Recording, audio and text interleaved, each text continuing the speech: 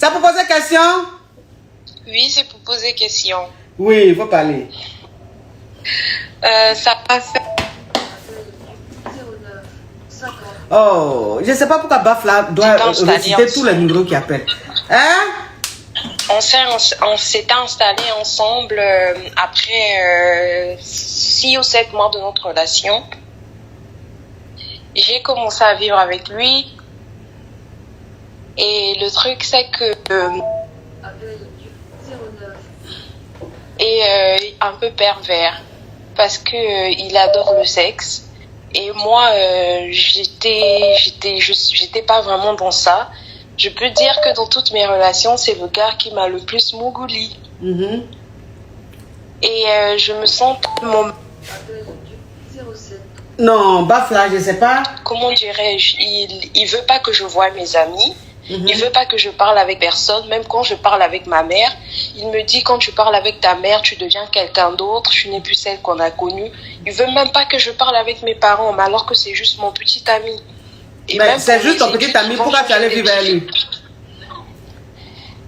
Parce que j'avais des problèmes avec ma grande sœur qui vivait avec ses enfants et son mari. Tellement elle m'étouffait, je me suis dit, bon, je m'en vais. Et ma mère m'a dit, si tu n'arrives pas à vivre avec ta grande sœur et son mari, on peut te trouver un appartement. Mais tellement j'étais amoureuse, j'ai préféré aller m'installer avec mon copain. Et il m'a même demandé de faire des partous aussi devant lui. Et tu as fait? J'ai fait une fois, mais là je veux plus. Et il me dit que je lui ai montré un visage de moi qu'il ne connaissait pas, que je lui ai montré que je pouvais faire tout pour lui, mais après que j'ai changé, qu'il veut pas de ce genre de femme.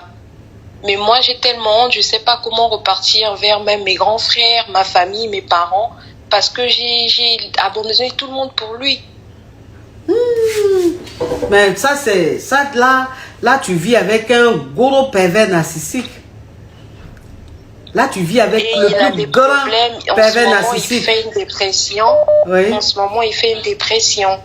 Et je sais que quand il est seul, il n'est pas bien. Oui. Mais moi, je peux plus continuer à être dans ça. Et du coup, j'ai commencé à mal lui parler. Souvent, quand on se dispute, il casse les fenêtres. Avant, il me tapait dessus. Mais je lui avais dit, si tu continues à me taper dessus, je vais partir. Et un jour, je lui ai dit, même mon ex que tu critiques ne m'a jamais insulté, même s'il me trompait tout le temps. Mais il avait quand même peur de me parler ou même m'insulter.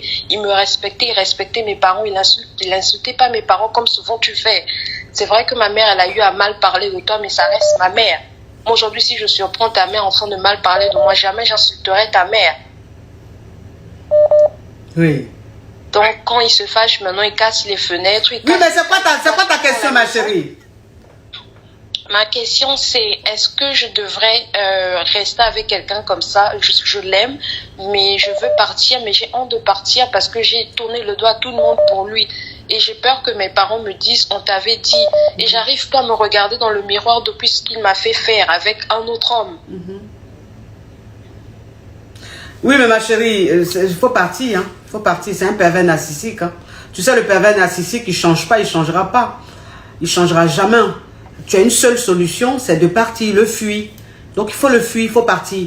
Tes parents vont peut-être te gronder, c'est normal. Tu as fait une bêtise, il faut accepter qu'on te gronde. Tu ne vas pas faire une bêtise et avoir peur des reproches. C'est normal qu'ils te grondent pour que ça te serve de leçon.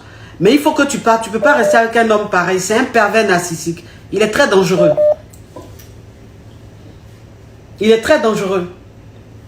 Tu comprends? Allô?